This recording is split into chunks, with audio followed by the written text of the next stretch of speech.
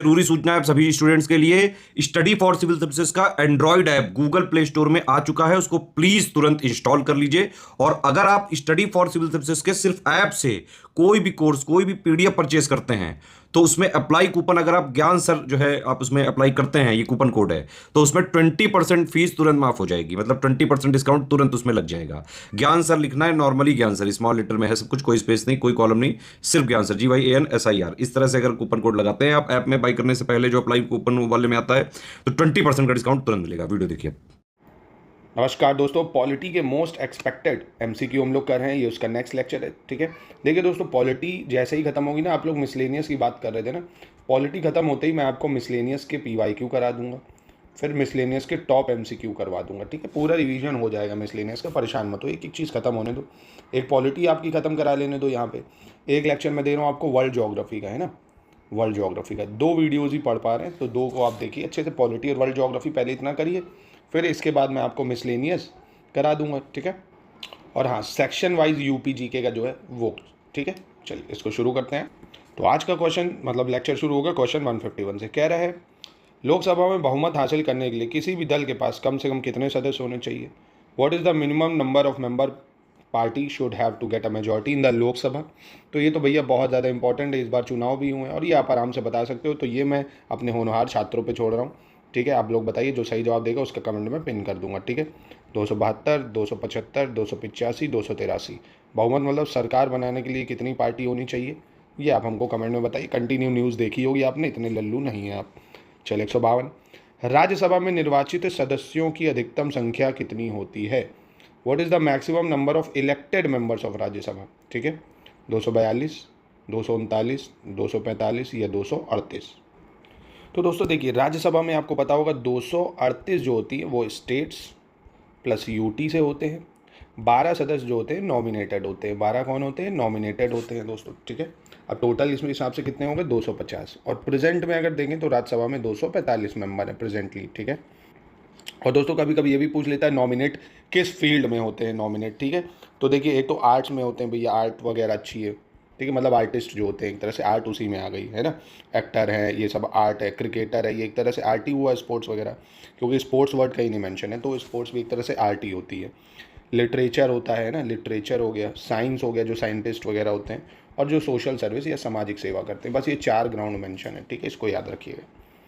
भारत के supreme court में न्यायाधीशों की अधिकतम संख्या कितनी है? द मैक्सिमम नंबर ऑफ जजेस in the supreme court of India is 31, 34, 38 या 32? तो दोस्तों ये होती है मैक्सिमम, जो सुप्रीम कोर्ट में न्यायाधीशों की संख्या है 34। एक चीफ जस्टिस, 33 अदर जजेस। कितनी होती है? 34 होती है। ठीक है, और सुप्रीम कोर्ट के जो चीफ जस्टिस और जजेस होते हैं उनको कौन अपॉइंट करता है? प्रेसिडेंट, अंडर आर्टिकल 124, 124 के थ्रू उनको प्रेसिडेंट अपॉइंट करता है। ठीक है, चलिए 154 देखते हैं। निम्नलिखित में से किस मामले में राज्य सूची विषय पर संसद द्वारा बनाए गए कानूनों को राज्य विधायिका द्वारा निरस्त किया जा सकता है? In which of the following cases laws made by parliament on the state list subject can be repealed by the state legislature? ठीक है, ध्यान से पढ़िएगा क्वेश्चन। कौन से राज्य सूची के जो कानून है वो संसद द्वारा बनाए गए को राज्य विधायिका द्वारा निरस्त किया जा सकता है? अब इसका मतलब समझो, राज्य सूची समझते हो, राज्य सूची में जितने भी सब्जेक्ट्स दिए हुए हैं उसमें अगर संसद कानून बनाती है तो कौन से कानूनों को निरस्त कर सकती है? नंबर 1, अनुच्छेद 356 के तहत राज्य में आपातकाल लगाने के बाद संसद द्वारा राज्य सूची में बनाए गए कानून। ठीक, दूसरा दूसरा कह रहा है राष्ट्रीय आपातकाल के दौरान संसद द्वारा राज्य सूची में बनाए गए कानून। तीसरा कह रहा है जब संसद अंतर्राष्ट्रीय दायित्व और समझौते को लागू करने के लिए राज्य सूची में कानून बनाती है। ठीक है, चौथा इनमें से कोई नहीं। इंग्लिश में देखते, laws made by parliament on state list after imposition of state emergency, laws made on state list by the parliament during national emergency, when parliament makes law on state list to implement the international obligation and agreement। तो दोस्तों देखिए, जब 356 का मतलब क्या हुआ? President rule. तो जब भी प्रेसिडेंट रूल लगा होता है ना, तो उस टाइम जो भी पार्लियामेंट कानून बनाती है, फिर उसके बाद जब स्टेट इमरजेंसी हटती है, मतलब प्रेसिडेंट रूल हटती है, तो वहाँ की जो विधायिका है यानी मुख्यमंत्री के जो कैबिनेट होती है वो उन लॉज को हटा सकती है। वहाँ की जो विधानसभा है वो उसको हटा सकती है। ठीक है, क्योंकि इमरजेंसी के टाइम जो लगे वो नहीं हटते हैं, और भैया इंटरनेशनल ट्रीटी है तो वो कैसे हटेंगे ना। तो पहला इसका सही होना चाहिए। चलिए, पहली लोकसभा चुनाव 1951 बार में कुल कितने प्रतिशत मतदान हुआ था? ये बहुत ज़्यादा इंपॉर्टेंट है, आपसे सवाल पूछ सकते हैं, क्योंकि आप देख रहे हो बहुत ज़्यादा, मतलब इस बार चुनाव हुआ है ना, और रिकॉर्ड चुनाव हुआ है, 64.2 करोड़ वोटर बने हैं इस बार हमारे भारत में ना, और रिकॉर्ड बनाया ये। तो इस टाइप का सवाल आपसे पूछ सकता है कि पहले इलेक्शन में कितने प्रतिशत मतदान हुआ था, 45.7, 47.11, 42.24 या 45.24, ठीक है। कितने प्रतिशत हुआ था ये, तो ये हुआ था दोस्तों 45.7%, देख लो 45.7%, ठीक है। चलिए, घरेलू हिंसा से महिलाओं का संरक्षण कानून कब पारित हुआ? When was the protection of women from domestic violence act passed, ठीक है, 2006, 2007, 2008 या 2005? तो ये एक्ट आया था दोस्तों, डोमेस्टिक वायलेंस एक्ट आया था आपका 2005 में। कब आया था? 2005 में, ठीक है। चलिए, लोकसभा चुनाव 2019 में कुल कितने प्रतिशत मतदान पड़ा था, ठीक है। तो वो आपको देखो मैंने पहला बताया, ठीक है। अब 2019 का बताइए, फिर 2024 का तो मैं बता ही चुका हूँ आपको।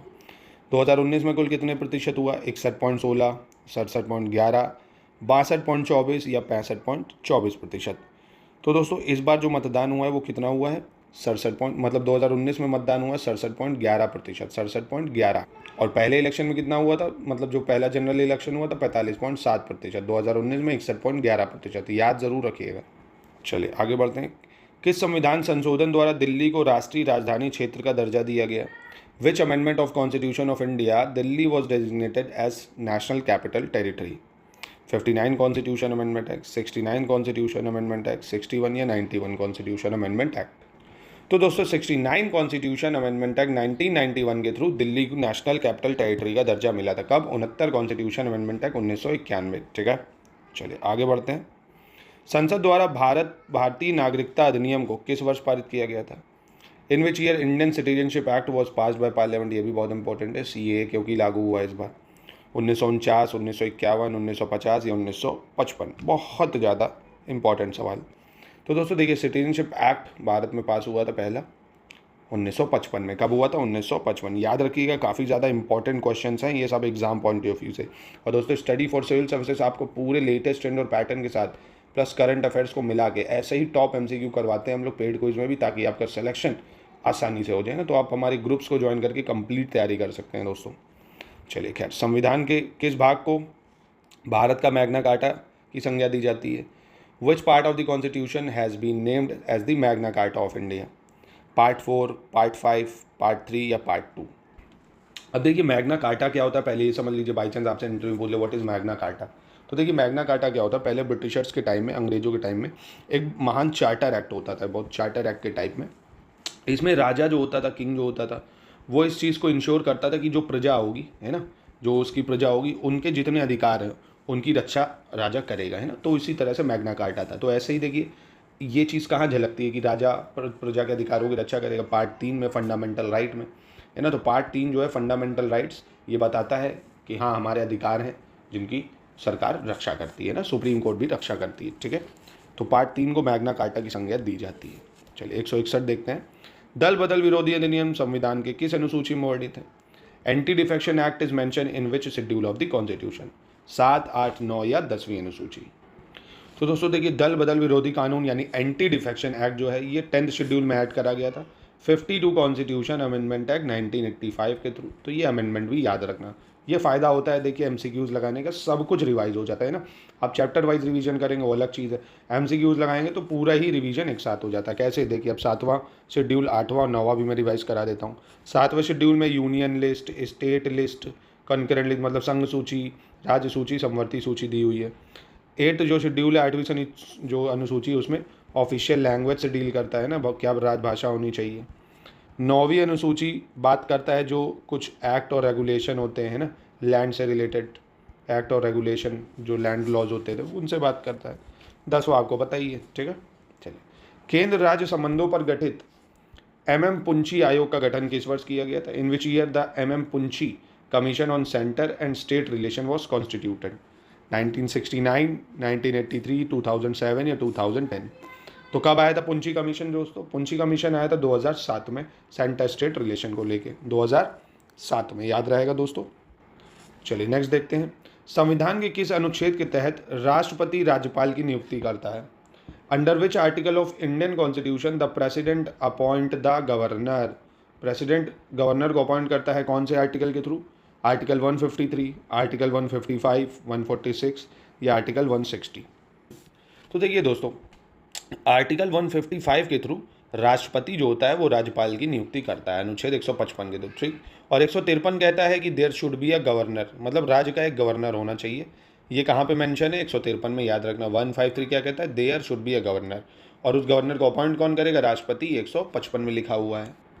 और आर्टिकल 146 ये सुप्रीम कोर्ट से डील करता है ना, कि कैसे सुप्रीम कोर्ट का जो चीफ जस्टिस होगा वो अदर ऑफिसर्स जो होंगे उनको अपॉइंट करेगा, ठीक है।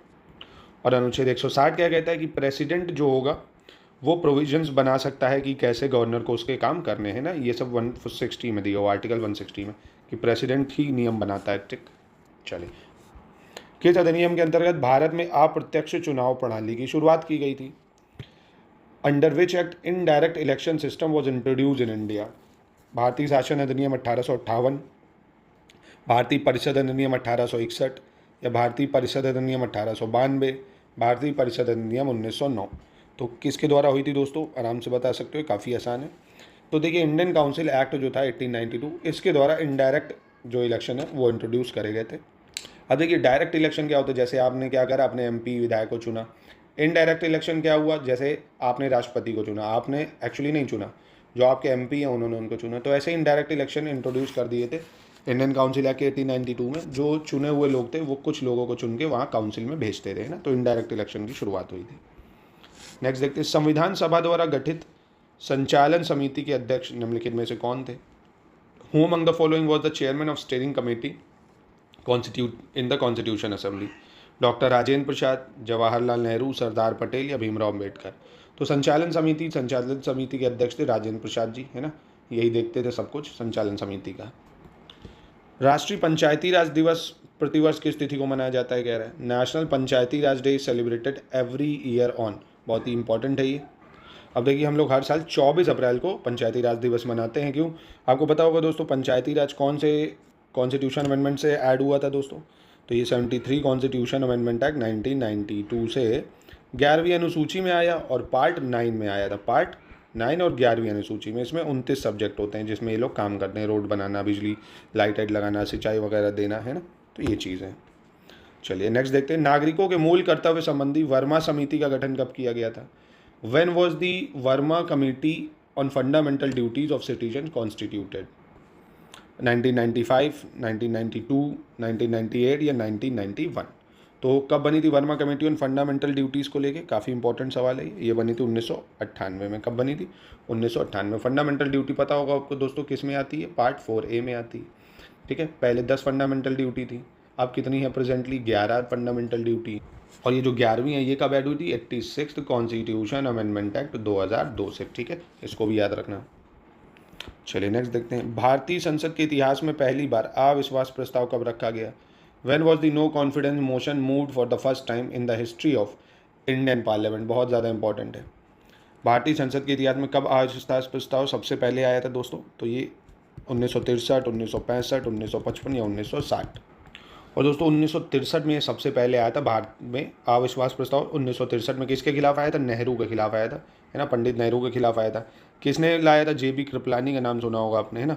जो JB कृपलानी थे उन्होंने प्रधानमंत्री के खिलाफ इसको पेश करा था। क्यों? क्योंकि उन्होंने कांग्रेस का दोबारा इनको अध्यक्ष नहीं बनाया, ठीक है। इसलिए उन्होंने पार्टी छोड़ के मजदूर प्रजा पार्टी थी उसको ज्वाइन कर लिया था, ठीक है। पर ये फेल हो गया था क्योंकि नेहरू जी के पक्ष में काफ़ी वोट पड़े थे, मतलब 62 वोट, जो मतलब इनके सपोर्ट में 350 के आसपास थे, तो ये पास नहीं हो पाया था, ठीक है। अभी तक अगर आप बात करें नो कॉन्फिडेंस मोशन कितनी बार आ चुका है? तो 26 बार पास हो चुका है, ठीक है। पहली बार का याद रखिए बस, 1963 में आया था नेहरू जी के खिलाफ, ठीक है। ये भी पूछ सकता है नेहरू जी के खिलाफ। 169 कह रहा है, संसद में शून्यकाल का समय क्या है? The time of 0 hour in parliament, सुबह 9 बजे से 10 बजे तक, सुबह 10 से 11, 11 से 12, या 12 से 12 बजे से लगभग 30 मिनट तक। क्या है 0 आवर का टाइम? तो देखिए दोस्तों, 0 आवर का टाइम क्या होता है? पहले एक समझो, संसद जब 11 बजे लगती है सुबह, तो 11 से 12 बजे तक क्या चलता है? क्वेश्चन आवर चलता है। क्या चलता है? क्वेश्चन आवर, प्रश्नकाल चलता है। फिर 12 से 1 बजे तक जो चलता है, 12 से 1 बजे तक, वो होता है 0 आवर। वो क्या होता है आपका? 0 आवर, है ना। तो last for about 30 minute from 12 नून, 12 बजे से जो लग जाएगा उसको 0 आवर बोलेंगे पार्लियामेंट में। और फिर 1 से 2 बजे तक लंच हो जाता है ना। फिर उसके बाद गवर्नमेंट प्रोसीडिंग चालू होती है। तो इसको याद रखिएगा, ठीक है। 0 आवर 12 से लगभग 30 मिनट जो है, तो 12 से 1 तक चलता है, ठीक है। ऑप्शन डी होना चाहिए। हम भारत के लोग शब्दों का प्रयोग भारतीय संविधान में कहाँ किया गया है? Where was the word we the people of India? बहुत ही आसान है, आप सभी ने पढ़ा होगा। हम भारत के लोग भारत को बनाते हैं। नीति निर्देशक सिद्धांत यानी डीपीएसपी, राष्ट्रपति, सिटीजनशिप या preamble? We the people of India having solemnly resolved to constitute India to a sovereign, socialist, secular, democratic republic, secure all their citizen justice. कितने टाइप का justice? Justice social, economic, political, liberty of thought, expression, belief, faith and worship, equality, assuring dignity, fraternity, है ना। तो इस type के preamble का रट्टा मार डालो, क्योंकि प्रियम्बल बहुत जरूरी है। तो ये हो गया आपका ऑप्शन डी सही, ठीक है, ऑप्शन डी सही हो जाएगा, ठीक है, याद रखिएगा। तो ये था दोस्तों आज का लेक्चर, मिलते हैं कल अपने नेक्स्ट लेक्चर पे। नमस्कार। जितने करा रहा हूँ बस इसको डिटेल में इसीलिए करा रहा हूँ, आप अच्छे से रिवीजन करिए, शॉर्ट वीडियो दे रहा हूँ, बढ़िया से अच्छे से पढ़िए। अब एक क्लास में आपको अभी जो वर्ल्ड ज्योग्राफी की दूंगा, ठीक है, जब ये पॉलिटी खत्म हो जाएगी फिर हम लोग मिसलेनियस कर लेंगे, परेशान मत हो, ठीक है। मिलते हैं नेक्स्ट वीडियो।